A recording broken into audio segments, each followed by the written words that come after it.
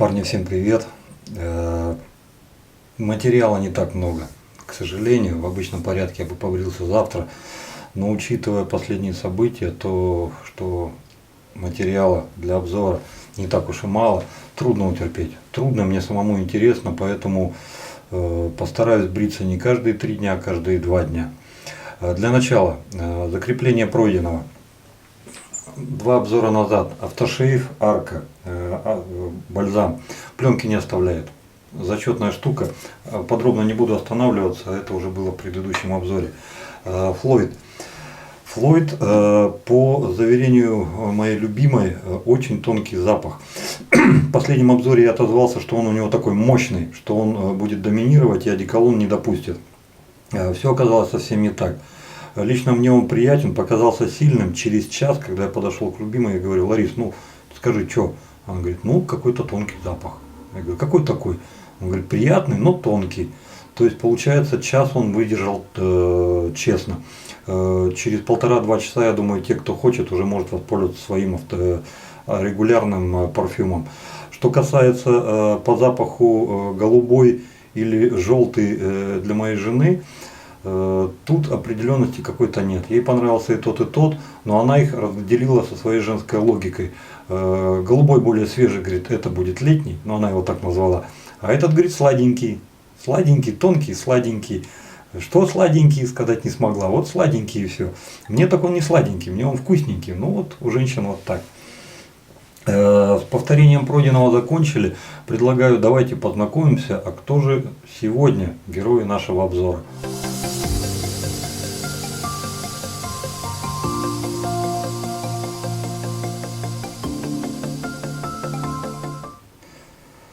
Сегодня у нас в гостях первый из 2 раз хочу сегодня запустить бритву лезвие Merkur Zollingen. Давно слышал о них, никогда не пробовал. Очень интересно попробовать, что это за зверь такой. Сегодня, собственно, мы это и узнаем. Мыло. Мыло у нас будет сегодня от компании HGM. Про компанию Merkur Zollingen говорить не буду, само название говорит Merkur Zollingen. Это притча во языцах. Что касается компании HGM, она создавалась как дочернее предприятие компании Mühle для выпуска, скажем так, недорогой продукции по Москве в первую очередь. Качество ничем не хуже. Все это выпускается на той же самой фабрике, что и Mühle. А вот комплектующие использовались несколько более дешевые, недорогие. Дешевые тут, наверное, не подходит. Вот отсюда, собственно, компания HGM появилась. Помимо помазков, судя по всему, они еще занимаются и мылом. У них только одно мыло, алоэ вера. Другой информации я поэтому не нашел. Судя по всему, это алоэ вера у нас и есть. Это мыло для всех типов кожи. И лезвие, и мыло. Представлена компанией «Опасная бритва РФ». Вот сегодня мы ими и попользуемся. В классе автошейвов у нас сегодня выступает магазин Gift & Care, который представил пробник автошейва. Судя по всему, это крем после бритья компании Ли. Что скрывается за этим маленьким баллончиком с таким коротким, но звучным названием Ли?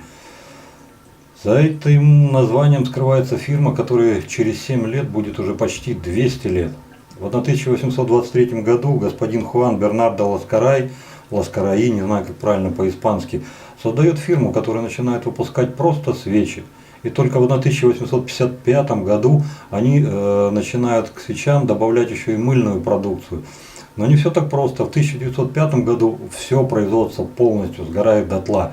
2 года им потребовалось на то, чтобы восстановить и провести реконструкцию и открыться снова.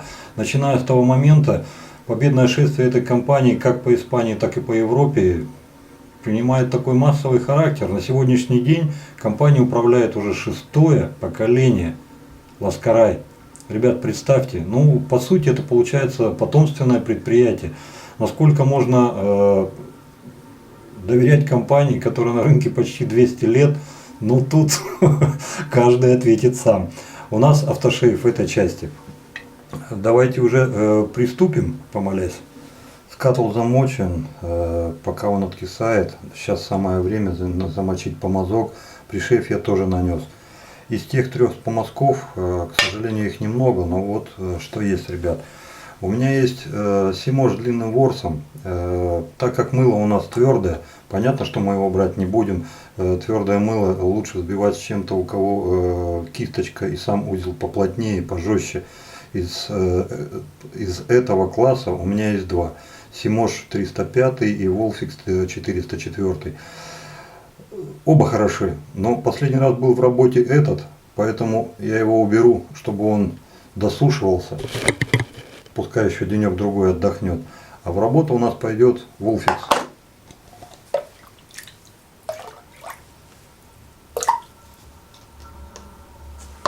Две минуты ему будет достаточно.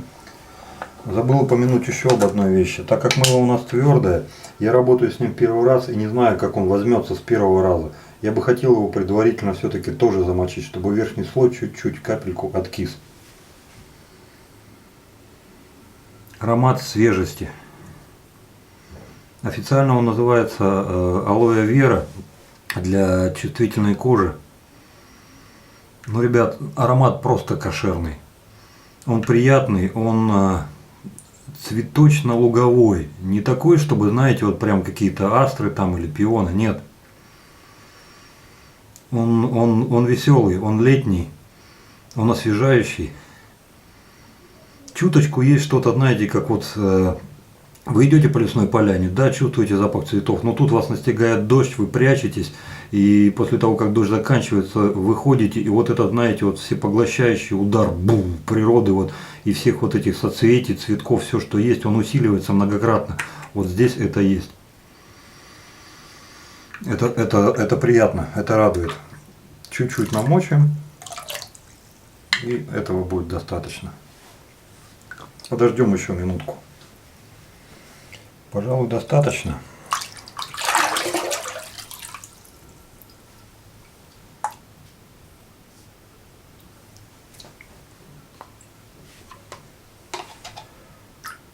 Это смесь барсука и кабана. Он, конечно, не столько берет в себя воду, сколько натуральный барсук или фибра, синтетика. Но тем не менее, лучше не переборщить. Я вот чуть-чуть еще стряхну, вот так вот даже. И начнем работать.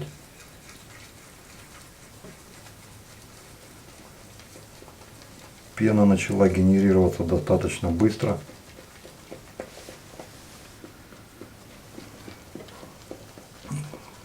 После того, как намочился, запах стал не такой выраженный, но и тем не менее присутствует.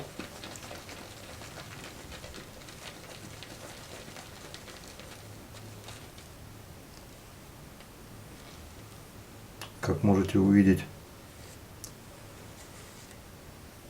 пены-то нормально.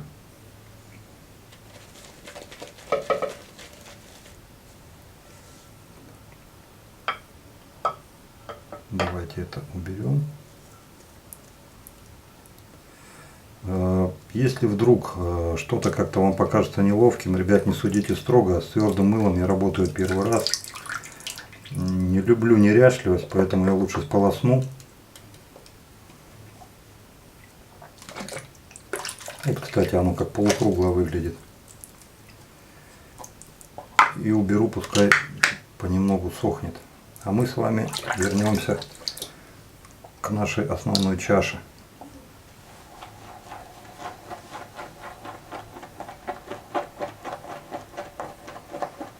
Процесс пошел достаточно бурно. Пузырьки пока крупные. Тут же махом они меняются на средние, тут же они переходят в мелкие с редкими краплениями крупных. Крупные постепенно вообще уходят. Начинаем потихонечку приближаться к безе. Пенообразование нормальное.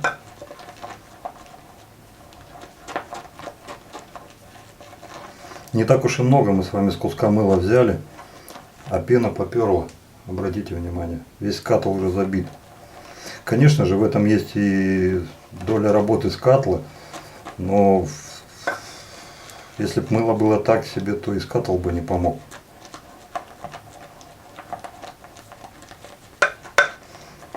Да, вот вам и первый опыт. С мылом явно переборщил. Надо было его гораздо меньше класть.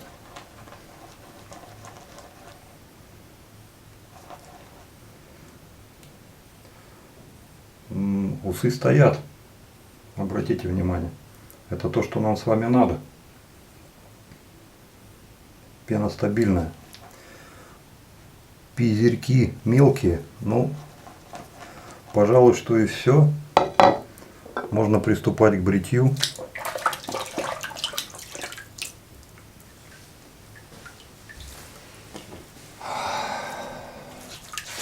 Пришейф, а потом салфетка все-таки делают свое дело.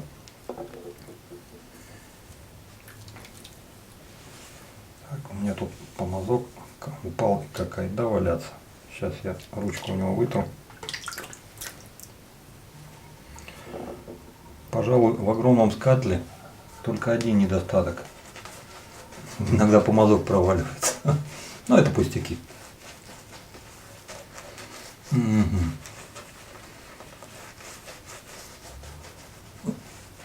Ложится равномерно. Пена на лице воспринимается именно как сливки.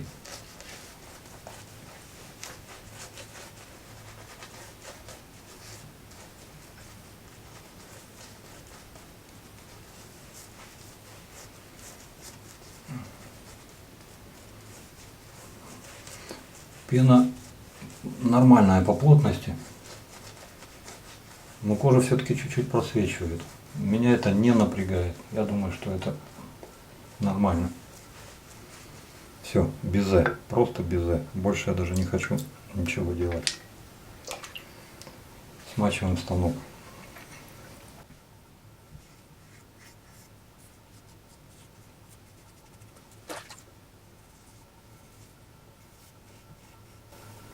Лезвие информативно, радует, радует.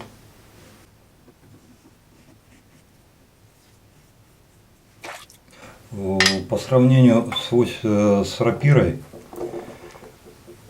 острее, по сравнению с дерби, пока не готов сказать. Честно сказать, опасался, что в 89-й голове будет что-то агрессивное. Нет, вовсе нет. Пена стала чуть-чуть плотнее, но не сушит. Укрывистость нормальная. Еще больше стало похоже на безе. Несмотря на то, что плотность повысилась, сухости не ощущаю. Скольжение обеспечивает нормально.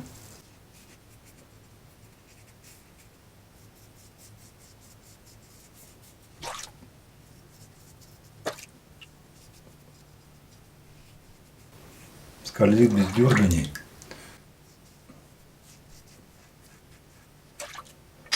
Но лезвие не оставляет ощущений. Вы знаете, ребят, на третий проход, пожалуй, все-таки лицо намочу. Лезвие не оставляет ощущения, что хотелось бы еще поострее.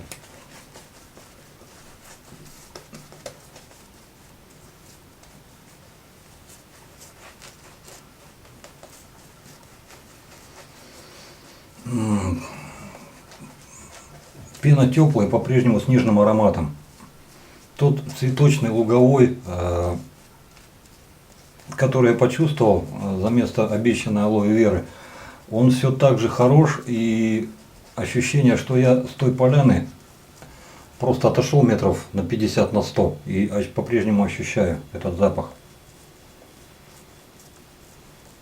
На помазке очень приятно. Не знаю, как это объяснить. Такое ощущение, что между помазком и лицом вот это вот что-то перекатывается, и это приятно.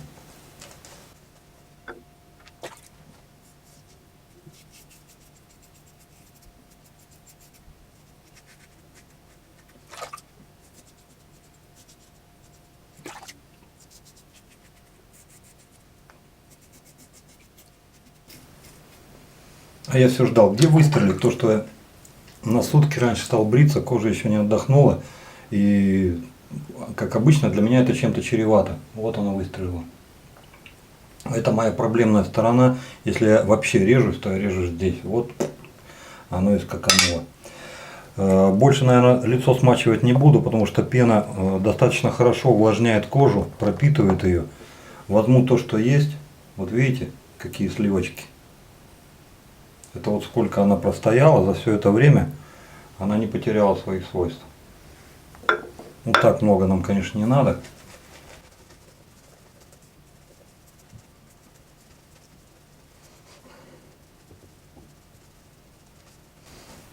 А пена, конечно, да.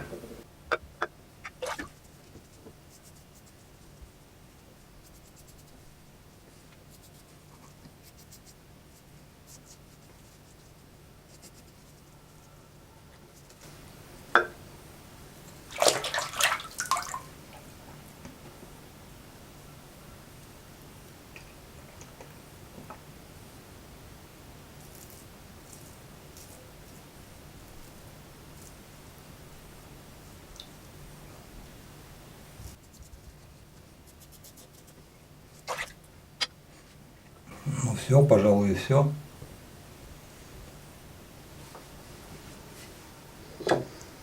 Парни, не удержусь, чтобы не сделать акцент. Вот посмотрите. Это все. У нас еще осталось. Посмотрите, какого оно качества.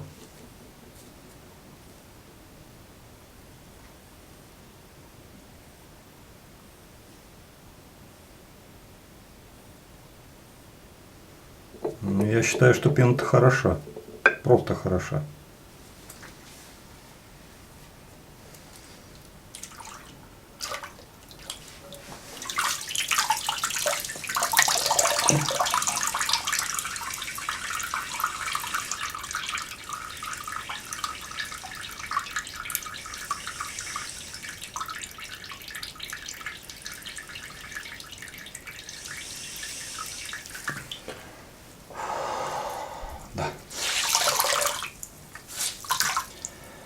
Да, парни, это кайф. Под последним видео один парнишка спросил, а в чем, говорит, собственно, разница между кассетником и Т-образным? Ну, как ему скажешь? Парни, несмотря на то, что я старался как можно аккуратнее бриться, все-таки 3-4 микропрореза я заработал. Поэтому в таких случаях камешек, конечно же, вам поможет. Не готов еще по поводу лезвия делать выводов. Завтра я его попробую, не завтра, в следующий раз. Попробую на Progress Long 510 и посмотрим, какие результаты оно покажет. По поводу камешка, штука хорошая, но когда мы разговаривали, общались с работниками «Опасная бритва РФ» на эту тему, они меня предупредили: Вадим, бывали случаи, что у людей выскакивала аллергическая реакция. Поэтому, говорит, добрый совет: предупреждай людей, когда показываешь камешек, что если есть хоть малейшая подозра на эту тему, полминутки, минутку подержали, потом просто смойте это. У меня этого нет. Я не смываю, мне достаточно влажной салфетки. И та пленка, которая остается, меня вполне устраивает. Вполне. Ребята, если хоть чуть-чуть мысля есть какая-то, смывайте. Ничего критичного не будет. Там за полминуты, за минуту то, что нужно, камень он все равно сделает, кварцы проникнут. И та-дам! Давайте посмотрим, что у нас сейчас будет. Очень мне это интересно. Да, на самом деле это крем. Крем и пахнет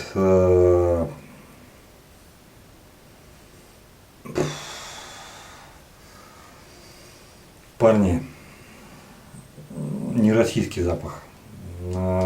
Пахнет как вся Испания. Я там был всего лишь один раз. Это какая-то свежесть, это чуточку сандала, чуточку лимона. Как я это чувствую. Оливковая роща. Знойный полдень. И знаете, взрыв, вот идет взрыв, вот знаете, вот как вот что-то вот нота сандала присутствует однозначно. Но она не утрирующая, она не такая, как у Сандалвуд, у доктора Харриса, знаете, как кувалда по башке. Нет, такого нет. Здесь она вкусная, здесь она приправленная. И приправленная в тему чем-то таким, что в унисон, понимаете, нет фальшивых нот.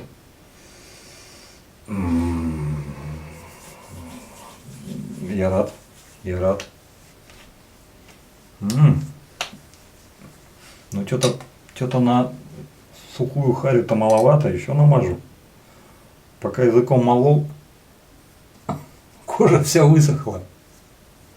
А еще намажу. Сейчас вам пока говорить ничего не буду. Следующее бритье скажу.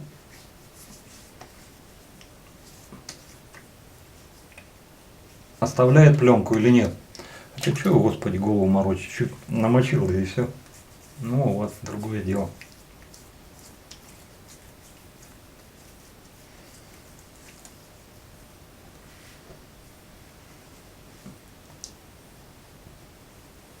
Ребят, это крем для бритья. Вот он, автошейв. К сожалению, в Giffen Care русские знают гораздо хуже, чем английский. Пришлось самому разбираться, но хорошо я вовремя разобрался. Так что вот это мы оставим на потом, а сегодня мы воспользуемся на самом деле автошейвом. Это бальзам. Даже не молочко, а именно бальзам. Такой интересный ментоловый запах.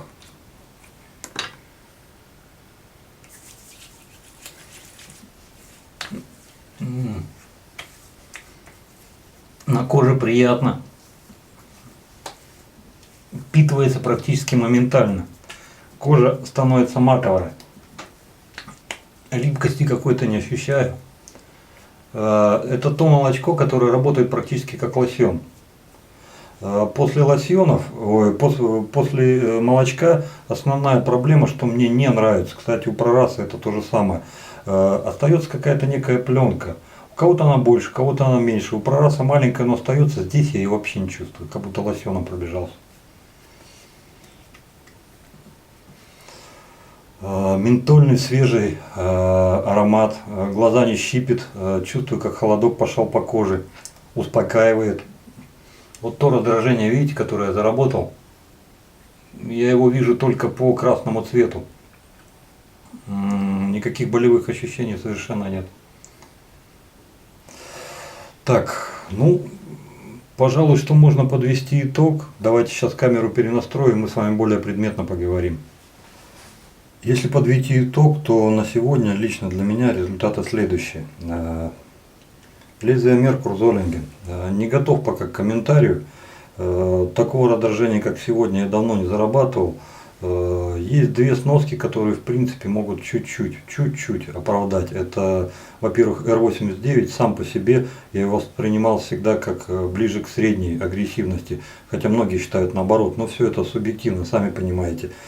Плюс побрился через один день, а не через два. То есть обычно я бреюсь через 2 на 3, сейчас получился на 2 через 1. Кожа, возможно, не успела отдохнуть. Слабое оправдание, но тем не менее, может быть, что-то здесь сыграло. Я думаю, 2-3 раз покажет, что это такое. Дальше поехали. Мыло HGM, предоставленное опасной бритвой РФ. Ребят, если оценивать по нескольким критериям, запах 5. Не скажу, что на любителя, ну, возможно, 4,75. Почему 4,75? Я люблю интенсивные запахи, поэтому я ставлю такую оценку. Тот, кто не любит таких запахов, возможно, поставит 5,6. Запах кошерен, хорош, замечательный. Пенообразование. Первообразование 5. Первый же мой опыт закончился ошибкой, потому что тот мизер, который я в принципе-то с него стряхнул, скатал, обернулся, то есть мышь родила гору. Я не знал, куда девать эту пену, причем не просто пену, а хорошие качественные сливки, нормальной такой консистенции, стояла как надо и до самого конца, ничего с этим не было. По поводу пенообразования тоже 5. Укрывистость 5. Придраться не к чему совершенно. Даже несмотря на то, что кое-где местами просвечивали участки кожи, я понимал, что скорее всего это недостаток в моей работе. Возможно, я чуть-чуть не ту консистенцию сделал. И даже если я все сделал правильно, то тот чуть-чуть просвет, но он никоим образом не влияет на укрывистость. Скольжение. Придраться трудно. Это мыло полностью обеспечивало скольжение, и бритва шла как надо. В общем и целом, если, допустим, к этому еще добавить пропитку кожи, я чувствовал, что что-то такое остается, и кожа у меня не такая, вы знаете, как пергаментная, а какая-то некая составляющая все-таки есть. Это не в виде пленки, я просто это ощущал сам по себе. То есть масла какие-то все-таки вот эта вот штука дает. Целиком и полностью зачет и годен. Несмотря на маленький вес 2,03 унции, 65 грамм по-нашему. Ребят, с этой штукой нужно быть осторожней. Если с дуру лишний раз по мазкам жахнете, вы потом не будете знать, куда пену девать. Вот этой коробочки 65 грамм, ну, на полгода-то вам точно хватит. Поэтому, ребят, зачет, однозначно зачет. Несмотря на то, что это дочернее предприятие Мюлле и якобы считается бюджетным, здесь бюджетного из более недорогих материалов я ничего не увидел. Лично для меня понравилась, хорошая штука. Дальше поехали. Крем, с которым я чуть не лоханулся, оставим на потом. Автошейв от магазина Gift & Care. Ребят, скажу, вот это молочко одно из немногих, которых я с удовольствием оставил бы себе. Вот сейчас уже прошло, наверное, сколько? Ну, минут 5-10. Пленки никакой, кожа приятная, бархатистая. То безобразие, которое я сам себе сейчас устроил, оно полностью все успокоило. И я вижу о нем только вот благодаря вот этим вот красным пятнам, которые, я больше чем уверен, через полчаса пройдут. Легкий ментольный аромат и пощипывание кожи, не пощипывание, даже знаете, как холодок. Он буквально где-то вам будет на 3-5 минут. Потом все это проходит. Сейчас я чувствую просто тонус. Раздражение убрано, на коже тонус, пленки нет, ничего не тянет, не раздражает, кожу напитала. А что еще-то надо? Хорошая штука, хорошая штука. Ну, пожалуй, что и закончу на этом. До следующего бритья. Густой вам хорошей пены. Еще раз спасибо этим двум замечательным ресурсам, которые снабжают нас материалами. Это наши российские опасная бритва РФ и наши испанские друзья из Валенсии Gift & Care. Ребят, спасибо вам огромное. И вам, ребят, спасибо за то, что задаете нужные хорошие вопросы, заставляете меня двигаться в этом направлении. Густой вам пены, хороших помазков, замечательных лезвий, поменьше вот такого дебилизма, как у меня сегодня случилось. И дай вам Бог здоровья. Всего хорошего. Пока-пока. С вами был я, Вадим.